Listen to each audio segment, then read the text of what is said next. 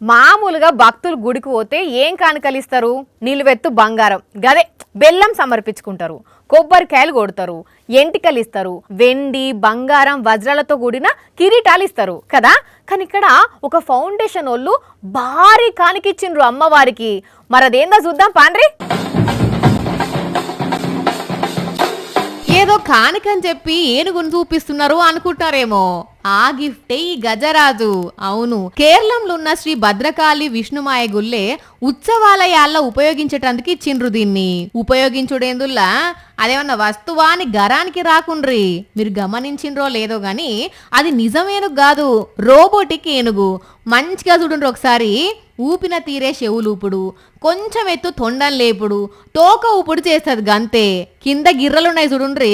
PETA India Anita Dongre foundation వాళ్ళు కలిసి ఆలయానికి కానుకని సమర్పించిండ్రు. పున్నక్క పరంబిల్ మహాదేవన్ అని పేరు పెట్టిరట ఈ రోబోటిక్ ఏనుగుకు. జాతరలు వేడుకల యాళ్ళ నిజమైన ఏనుగైతే మందిల అవస్థవడు, వాటిని మాటినేటట్టు చేసుకునే తందుకు దాన్ని శిక్షించుడు చేయాల్సి వస్తది. మీదికెంచి ఏమన్నా ఎటమటమైతే భక్తులకు కూడా పరేషాన్ ఉంటది కదా. అట్లా ఏ అపశృతి జరగకుండా ఉండాలని ఈ కానుకిచ్చిర్రట.